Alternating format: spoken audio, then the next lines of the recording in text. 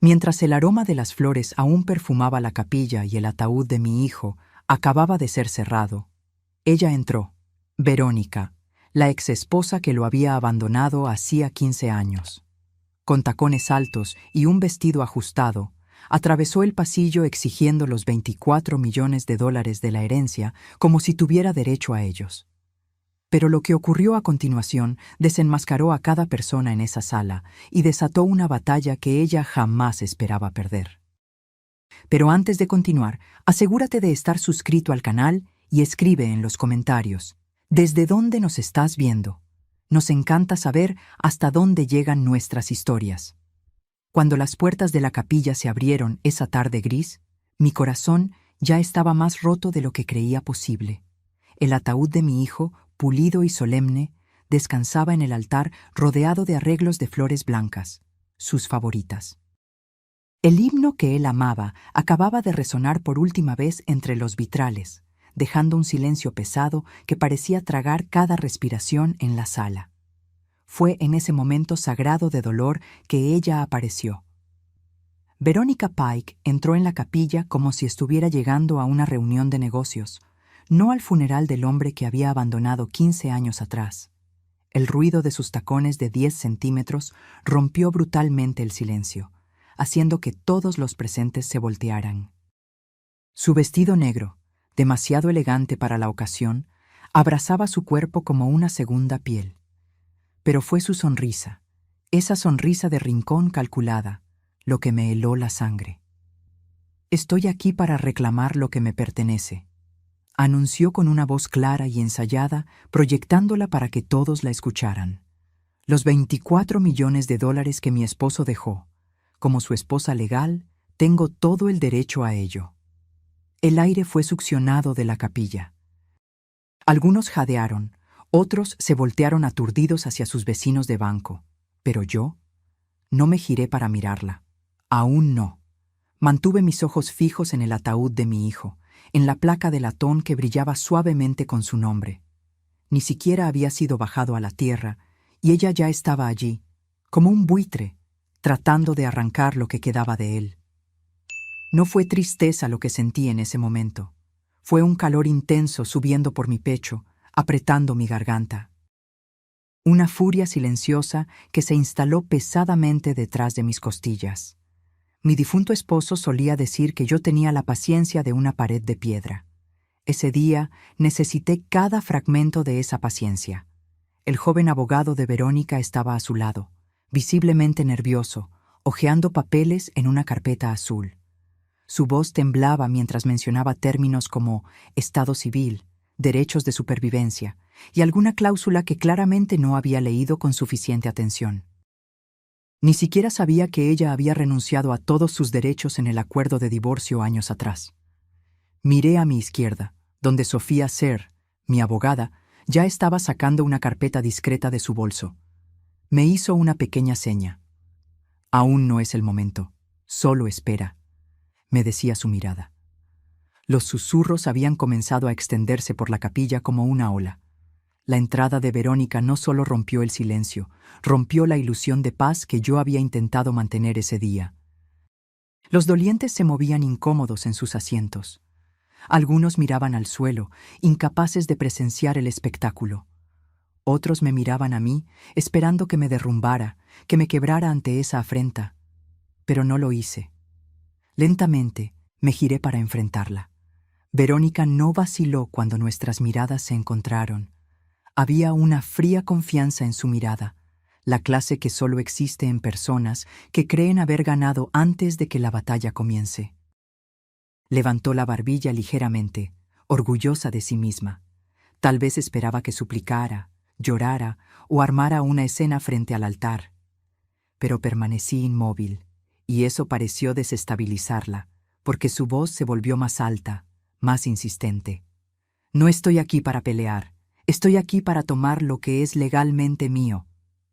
Finalmente hablé, mi voz más fría que la de ella, perfectamente controlada. «Tú no eres su esposa. Ya no». Por un segundo ella dudó. Su abogado susurró algo, volteando una página en sus documentos, pero pude verlo en su rostro. Ella esperaba que yo no conociera la ley. Esperaba que estuviera demasiado perturbada para reaccionar. Pensó que este funeral era su escenario y que yo estaría demasiado rota para contraatacar. Fue entonces cuando Sofía se adelantó, silenciosa como una sombra, y le entregó al oficial de la iglesia una copia del decreto de divorcio, sellado, autenticado. La renuncia total a cualquier futura reclamación de bienes había sido finalizada hace más de una década. No necesité decir nada más. La verdad estaba allí, impresa en tinta oficial, y el silencio que siguió fue más ensordecedor que cualquier grito. Alguien tosió nerviosamente. Otro murmuró, «Dios nos ayude». Verónica se quedó quieta, con los labios apretados, los ojos recorriendo los bancos de la capilla. Estaba esperando que alguien la defendiera. Nadie lo hizo. Y yo me quedé allí, no triunfante, no arrogante, solo firme.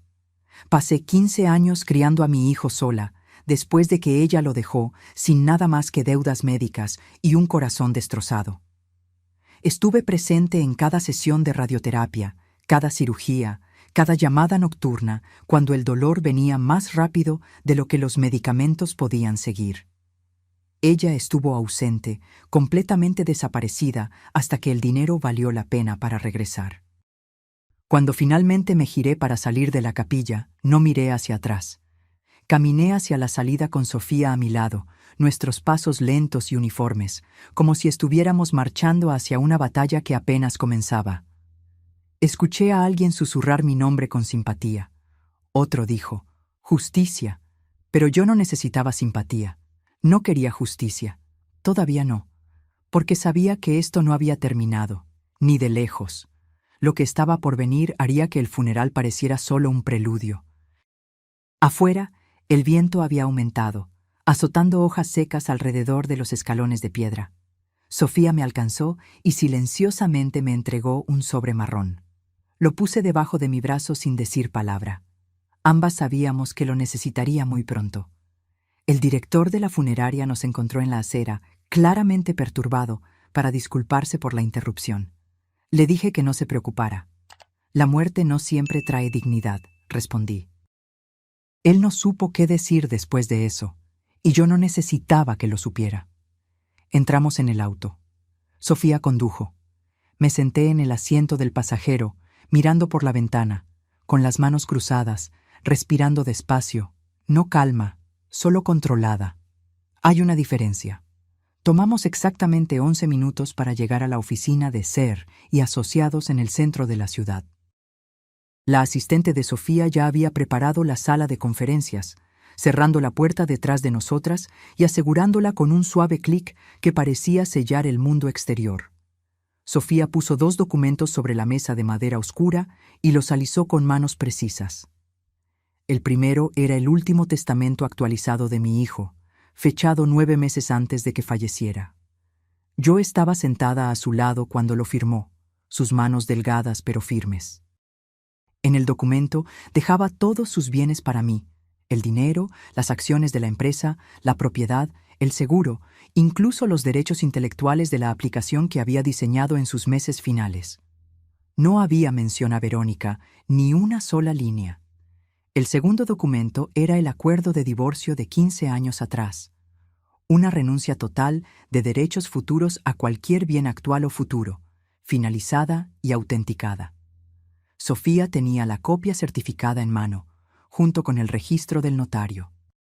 Sin fisuras, sin ambigüedad, aún así, la voz de Sofía era mesurada cuando habló. «Verónica no tiene en qué apoyarse, pero es audaz. Espero que esto escale». Asentí, mi mandíbula apretada, no por miedo, sino por un enfoque absoluto. Si Verónica quería convertir esto en una guerra, la encontraría en las líneas del frente. Había llorado por mi hijo con cada parte de mi ser. Ahora defendería lo que él dejó. No permitiría que una mujer que desapareció por 15 años convirtiera el capítulo final de su vida en un circo legal. Sofía me entregó una copia del inventario de los bienes, cuidadosamente listados en categorías. Le eché un vistazo rápido. Cuentas bancarias, acciones de la empresa, la casa del lago, el apartamento, incluso el auto. Entonces vi el último ítem, una carta en video particular grabada por mi hijo y almacenada digitalmente bajo protección de abogado. Yo no sabía que él había hecho eso. Sofía golpeó la carpeta con determinación. Es hora.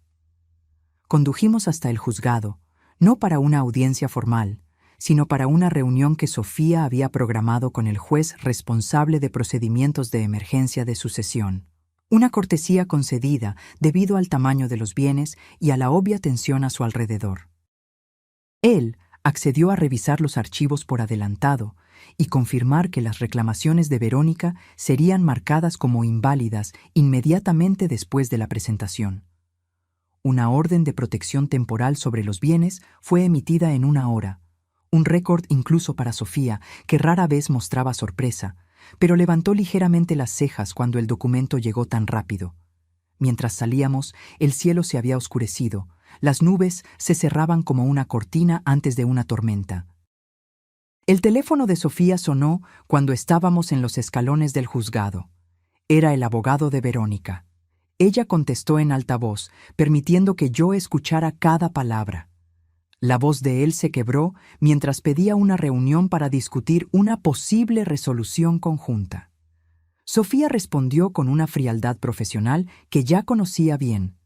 Todas las conversaciones debían ser por escrito, y la interferencia de Verónica en un servicio religioso sería incluida en cualquier respuesta formal. No hablé durante la llamada. No lo necesité. Pasé años siendo silenciosa por la paz, por mi hijo, por la familia. Ese tiempo se había acabado en el momento en que Verónica dijo $24 millones frente a su ataúd. Esa noche, en casa, abrí la carta en video particular. Mi hijo estaba sentado en la silla cerca de la ventana, la misma silla en la que solíamos leer juntos cuando él era solo un niño. Su voz era tranquila, su tono claro y firme, a pesar de la evidente debilidad física. Habló sobre la fundación que quería que yo construyera, las becas comunitarias, el jardín conmemorativo detrás del laboratorio de tecnología. Habló sobre mí, sobre cómo lo apoyé, sobre la fuerza que esperaba que yo continuara demostrando incluso después de que él se fuera. Entonces, cerca del final, dijo algo que jamás olvidaré. Si ella regresa, necesito que te mantengas firme, no solo por mí, sino por ti. Ella se alejó de mí, pero tú, mamá, tú nunca lo hiciste. Te mereces todo lo que te dejé. Te elegí a ti. Reproduje esa última parte 2 veces, dejando que el peso de esas palabras se asentara en mi pecho como una mano, presionando firmemente, pero con ternura. No lloré. No esa noche. Habría tiempo para eso después.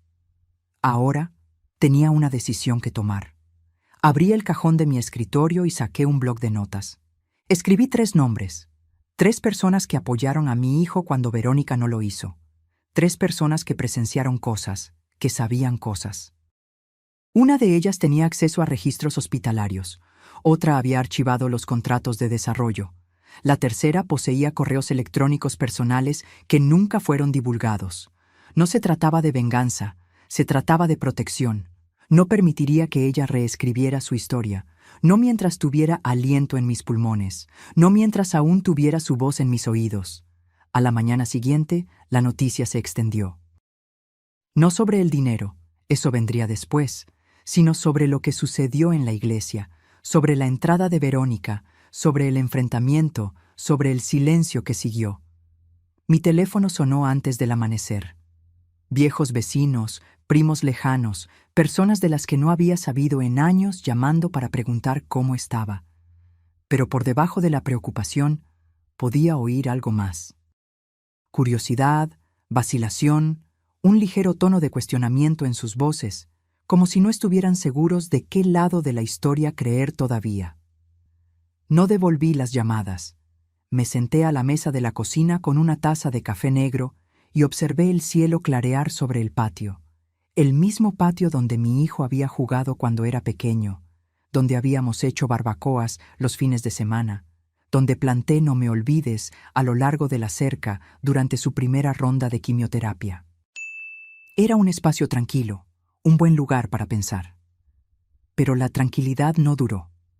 Alrededor de las 10 de la mañana, Verónica publicó una foto, una imagen recortada de mi hijo de años atrás, una que ella no tenía el derecho de compartir. La leyenda era corta: con el corazón roto por decir adiós al amor de mi vida, que se haga justicia. Entonces vinieron los comentarios. La mayoría eran de personas que no sabían o no les importaba saber la verdad. Personas que tomaron su versión de la historia y la esparcieron como fuego en paja seca. Había emojis de simpatía, palabras como valiente e injusto y trágico. Algunos mencionaron abogados. Uno dijo que ella debería luchar por lo que era de ella. Fue en ese momento que las cosas cambiaron. Ya esperaba una batalla legal. Ya había asegurado los documentos. Pero esto era algo diferente. Esto era público. Era imagen.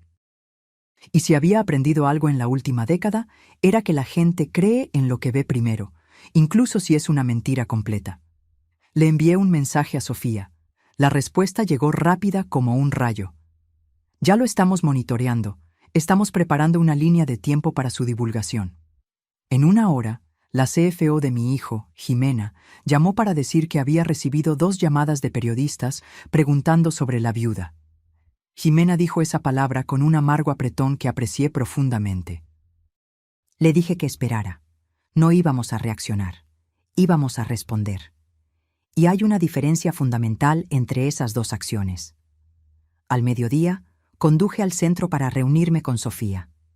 Ella había reservado una sala tranquila en una biblioteca privada que solía ser un banco. Paredes gruesas, a prueba de sonido. No queríamos oídos indiscretos. Lo que teníamos que preparar ya no era solo legal, era reputacional. Sofía presentó el plan en 3 partes. Primero, confirmar la posición legal con la orden temporal del juez e iniciar el proceso para una moción permanente para bloquear la interferencia de Verónica. Esa parte ya estaba en marcha. Segundo, reunir todas las evidencias personales que mi hijo dejó y toda la documentación de las personas en su círculo íntimo. Jimena tenía correos electrónicos y horarios que probaban que Verónica jamás apareció durante su enfermedad. Miguel tenía registros autenticados del divorcio y de los acuerdos de propiedad. Daniel, el enfermero de la UCI, tenía una declaración por escrito sobre la semana final, incluyendo la visita que Verónica nunca hizo. Tercero, y esa era la parte que Sofía todavía no me había dicho, preparar un evento público.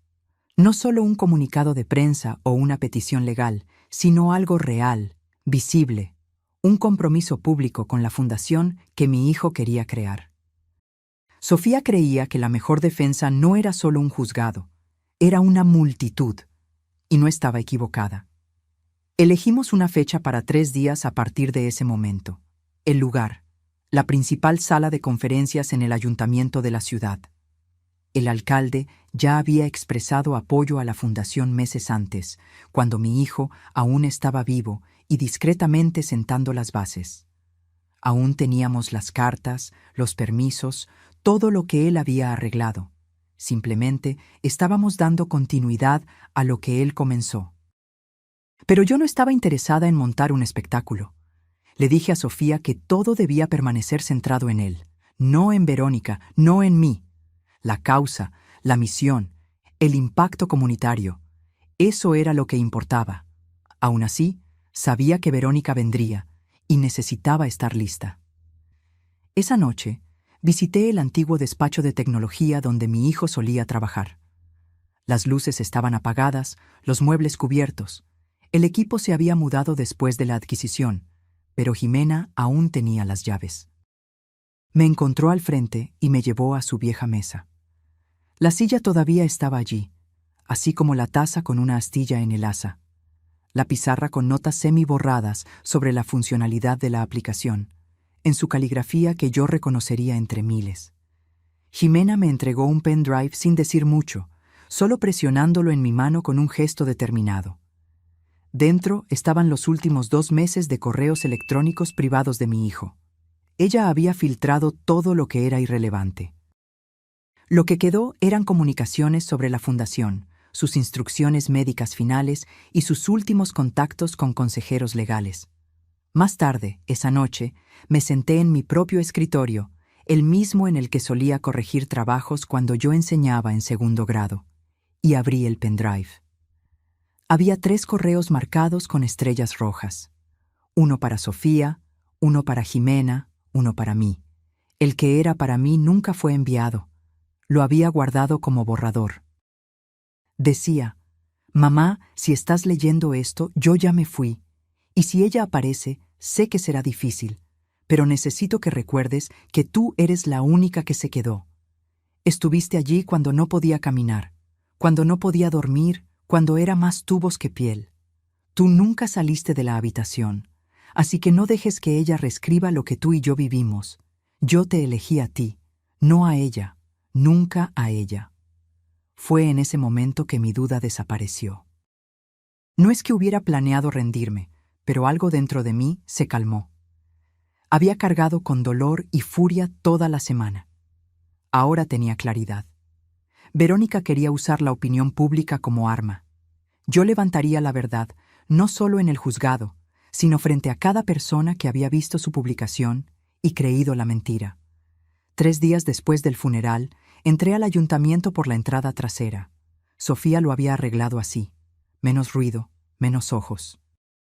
El auditorio ya se estaba llenando de gente: prensa local, inversores de tecnología, líderes comunitarios.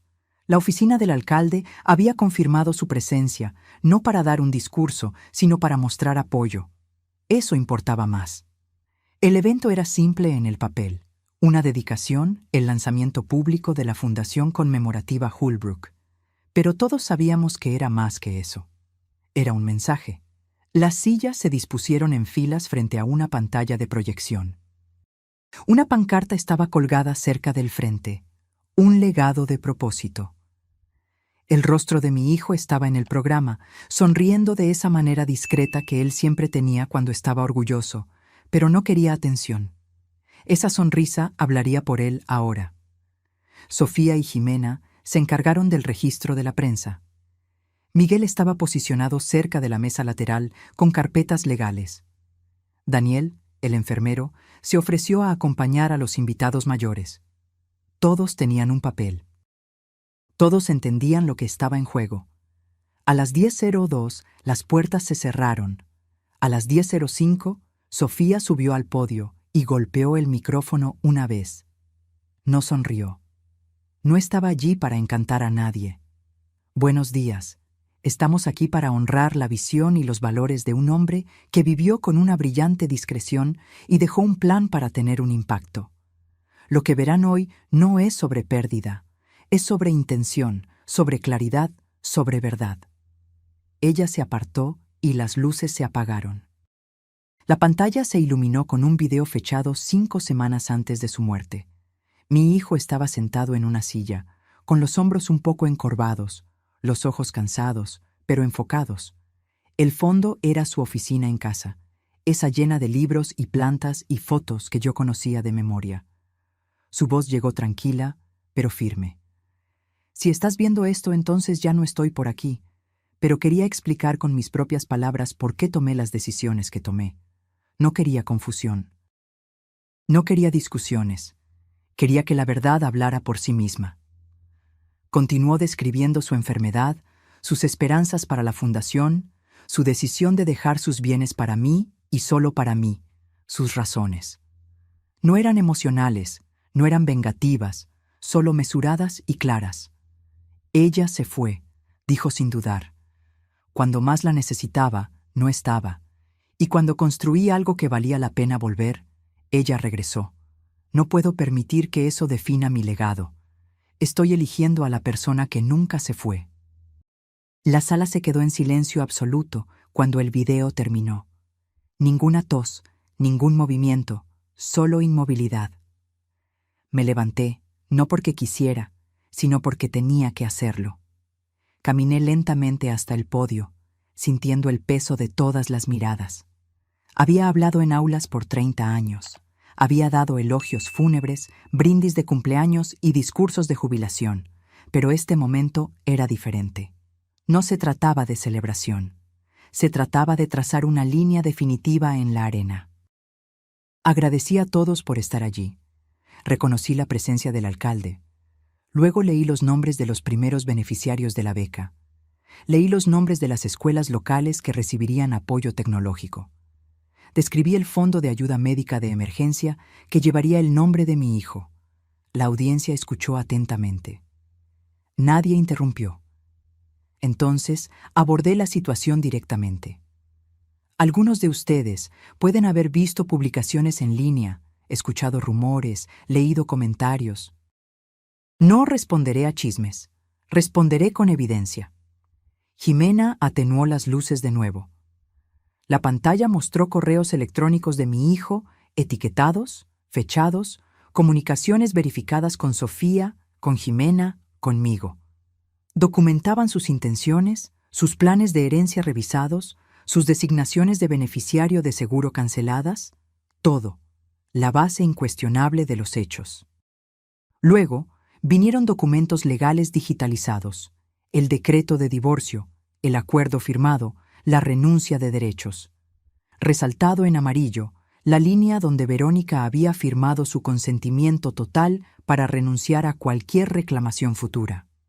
Finalmente, la última diapositiva, una captura de pantalla de un correo electrónico que Verónica había enviado a un amigo cercano 6 semanas antes del funeral. El mensaje había sido reenviado anónimamente a la oficina de Sofía. En él, Verónica escribió: «No me importa lo que cueste. Estoy volviendo para tomar lo que debería ser mío. Él me lo debía. Y si su madre quiere una guerra, estoy lista». Miré a la audiencia. Esa era su historia. Esta es la mía. Y esta fundación, este trabajo, este legado, pertenece al hombre que lo ganó. No a la que lo dejó. No a la que regresó cuando los titulares aparecieron. Algunas personas aplaudieron, luego algunas más. Cuando volví del podio, toda la sala estaba aplaudiendo. No sonreí. No me incliné. Solo asentí una vez y regresé a mi asiento. Verónica estaba allí. La había visto llegar tarde. Se sentó en la última fila, con gafas de sol, los labios apretados. Cuando las luces volvieron, se levantó y se fue. No hizo una escena. No habló. Pero sus tacones resonaron fuerte contra el suelo mientras se iba, como si quisiera ser escuchada, como si quisiera que alguien la persiguiera.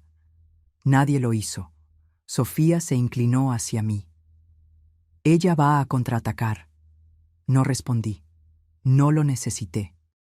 Lo intentaría, y nosotras estaríamos listas. Después de que el evento terminó, la gente se me acercó, me estrechó la mano, me contó historias sobre mi hijo que nunca había oído antes. Un compañero de la universidad, un mentor de una incubadora de tecnología, un padre cuyo hijo había recibido clases gratuitas de la aplicación que mi hijo construyó en su último año. Esa tarde, una foto del evento apareció en las noticias. Yo parada en el podio, una mano en el atril, la otra sosteniendo el programa. El rostro de mi hijo a mi lado en la pantalla. La leyenda decía: «Una madre protege el legado de su hijo». Y eso era exactamente lo que yo había hecho. Públicamente, claramente, sin gritar, sin enojo, pero con cada hecho afilado como una cuchilla.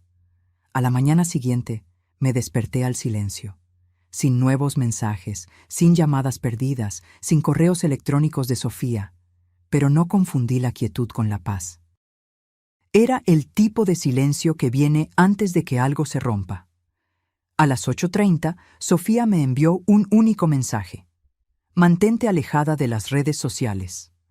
Su tono siempre era controlado, pero pude sentir la urgencia detrás de esas 4 palabras. Obedecí, pero no necesité preguntarme por mucho tiempo. Jimena llamó 30 minutos después. Verónica publicó algo, un clip de video, ediciones recortadas de tu hijo fuera de contexto. Hace que parezca que se arrepintió de haber cambiado el testamento. Cerré los ojos y respiré hondo. El evento en el ayuntamiento la había sacudido. Ahora estaba jugando sucio. Esa tarde, Sofía y yo nos reunimos de nuevo en la misma sala privada en el antiguo edificio del banco. Ella ya había descargado el clip, hecho una copia de seguridad, lo había transcrito y tenía un equipo verificando sus ediciones. No había filmación completa para emparejar, ningún registro de esas palabras en ningún archivo bruto. Era una fabricación, pero era lo suficientemente sutil como para engañar a las personas que querían creerle. Sofía volteó la pantalla de su laptop hacia mí y presionó reproducir. La voz de mi hijo se escuchó, pero las frases fueron cortadas, reorganizadas, las pausas eliminadas. Él parecía inseguro, abrumado. Luego la voz de Verónica se superpuso. Ella hablaba gentilmente, con falsa simpatía, pero cada palabra implicaba que yo había manipulado a mi hijo para excluirla. Incluso había titulado el video, "Que la verdad sea escuchada". Ya estaba siendo compartido en todos los rincones de Internet. Los comentarios cambiaron rápidamente. Extraños la llamaban valiente, otros me llamaban codiciosa.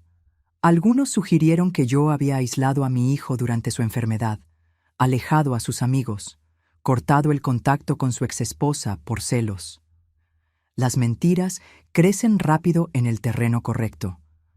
Pero no entramos en pánico. Sofía ya tenía el siguiente movimiento planeado.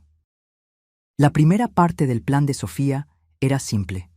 Divulgaríamos el video completo en cuestión, la versión intacta, con marca de tiempo, grabada en una sola toma. Miguel tenía el original en un drive seguro, protegido por contraseñas y autenticaciones que probaban su integridad. La segunda parte requirió más coordinación. Hacia el final de ese día, Jimena había logrado conseguir permiso de 3 ex socios de negocios de mi hijo para compartir comunicaciones internas. Correos electrónicos archivados, notas de reuniones, mensajes de mi hijo expresando su decepción con el comportamiento de Verónica a lo largo de los años. En un mensaje fechado 2 años antes de su muerte, él escribió: "Ella contactó de nuevo, no para preguntar por mi salud, no para disculparse, solo para saber si la IPO se había completado. Estoy cansado de fingir que la gente se preocupa cuando no lo hace. Ya no tengo energía para esto". Sofía reunió todo esto en un paquete meticulosamente organizado y etiquetado como documentación de patrón de comportamiento. Limpio, profesional, devastador en su simplicidad. A la mañana siguiente, realizamos una conferencia de prensa. No fue algo llamativo, sin un podio elaborado, sin dramatización, solo una sala de conferencias con un proyector y paquetes impresos para cada persona presente. Sofía abrió con una única frase que resonó en la sala. "La desinformación es peligrosa. Aquí está la verdad". Luego reprodujimos el video original completo.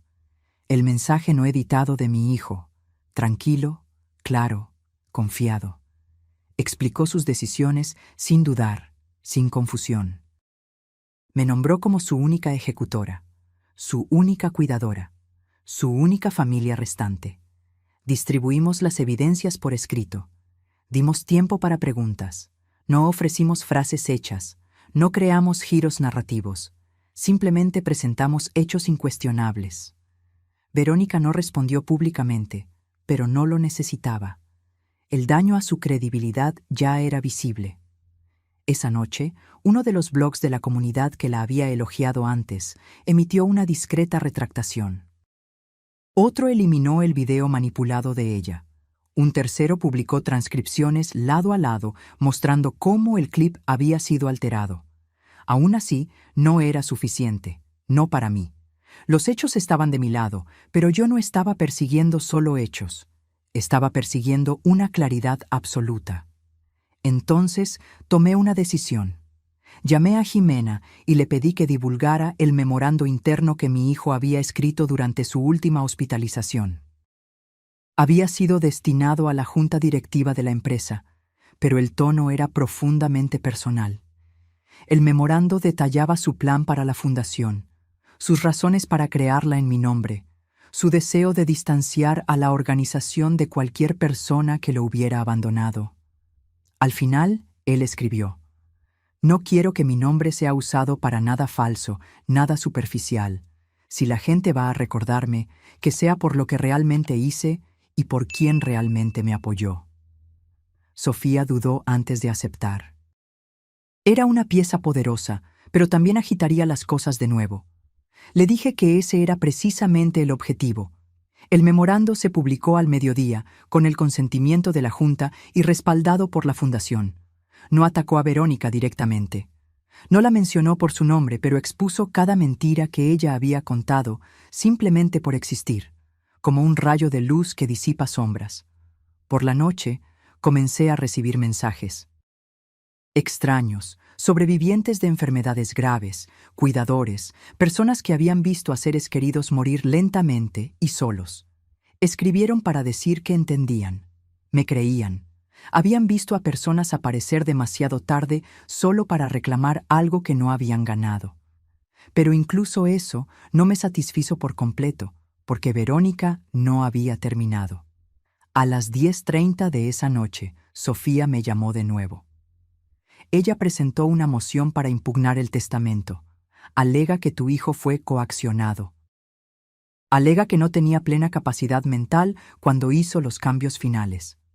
Le pregunté a Sofía cuán fuerte era la alegación. Débil, respondió, pero forzará una respuesta formal. Iniciará el descubrimiento. Abrirá registros. Le dije que no tenía miedo de los registros. Déjala cavar, porque cuanto más profundo vaya, más descubrirá la verdad que estaba tratando de enterrar. Esto ya no era solo sobre una mentira, era sobre el carácter, y el carácter tiene un alcance mayor que el dinero. La moción llegó tarde un jueves. Sofía me reenvió el documento a las 21:42, exactamente como yo sabía que lo haría, limpio, anotado, con una nota corta en la parte inferior. No necesitas responder aún, pero deberías ver esto. Leí cada página con atención meticulosa. El equipo legal de Verónica me acusaba de influencia indebida.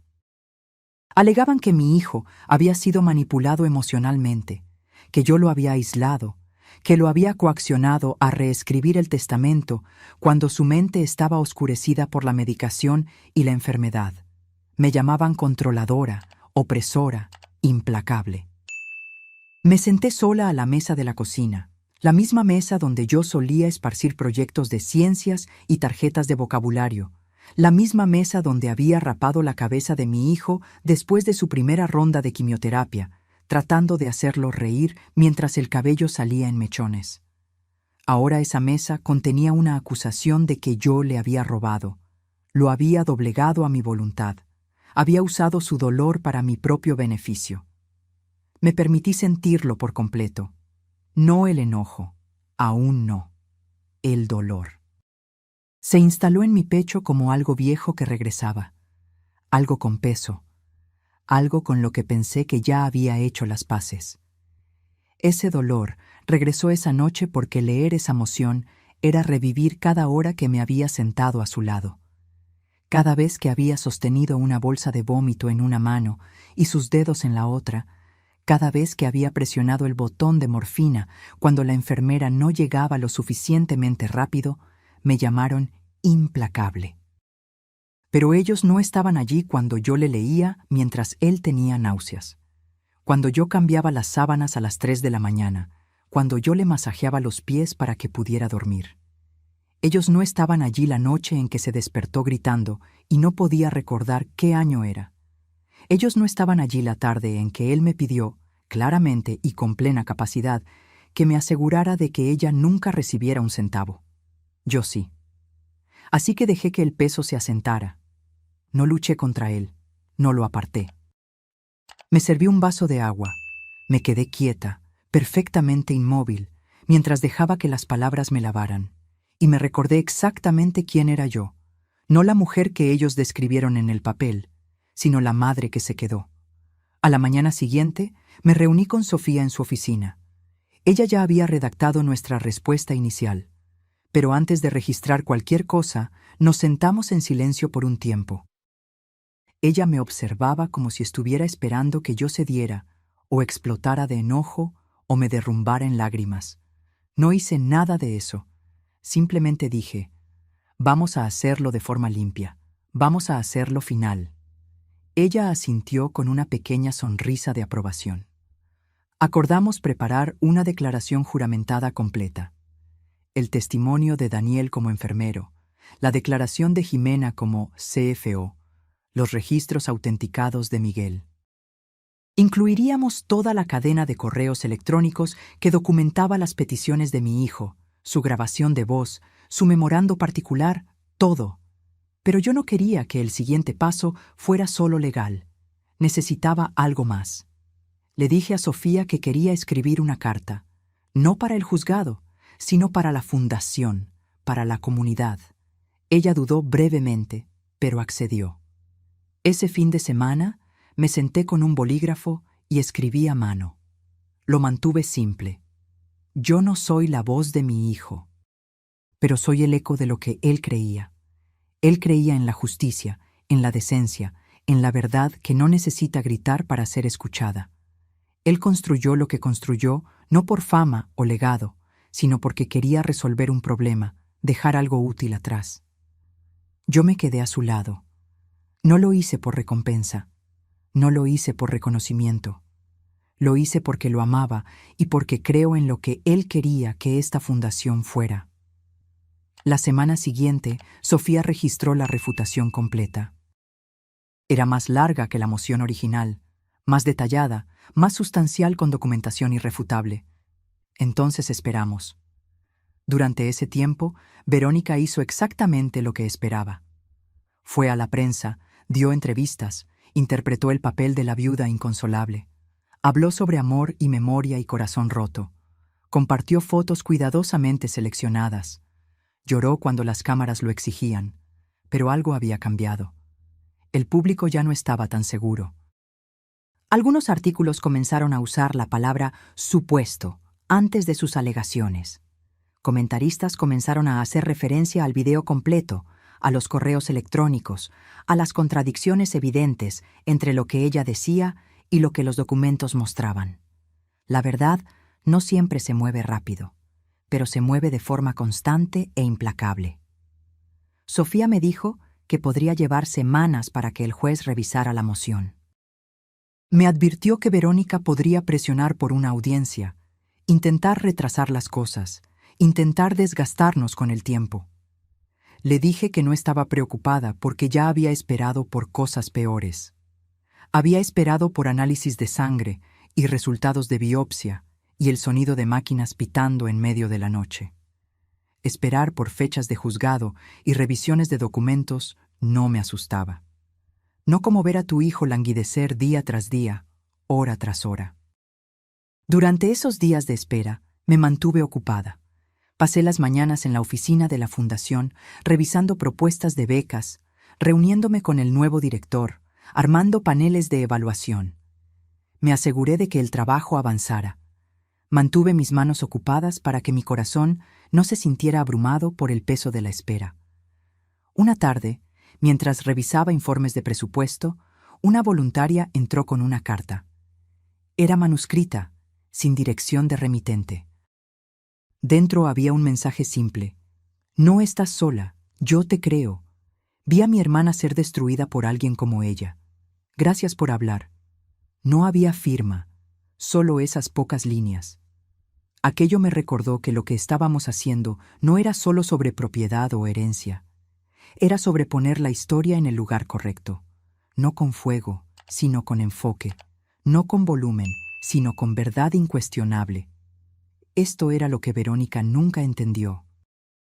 Ella pensó que el poder venía del ruido, de las acusaciones dramáticas, pero yo había aprendido que el poder real viene de la consistencia, y yo sería consistente hasta el final. La decisión llegó un miércoles por la mañana. Fue discreta, sin televisión, sin equipos de cámara, sin titulares gritando sobre justicia o fraude, solo una notificación de Sofía de que el tribunal había emitido su decisión. Ella había reenviado la copia oficial a mi bandeja de entrada. 212 páginas. Las leí todas. La moción para impugnar el testamento fue rechazada en su totalidad, sin juicio, sin audiencia.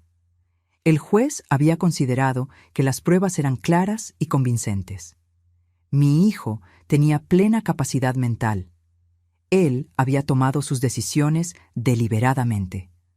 No había señal de coacción, manipulación o presión externa. Las alegaciones de Verónica fueron descritas como infundadas, especulativas y, en varias instancias, intencionalmente engañosas. Esa última frase importaba más que todas las demás. Intencionalmente engañosas. En lenguaje de tribunal, eso significaba más que solo perder. Significaba exposición, significaba vulnerabilidad, significaba consecuencias.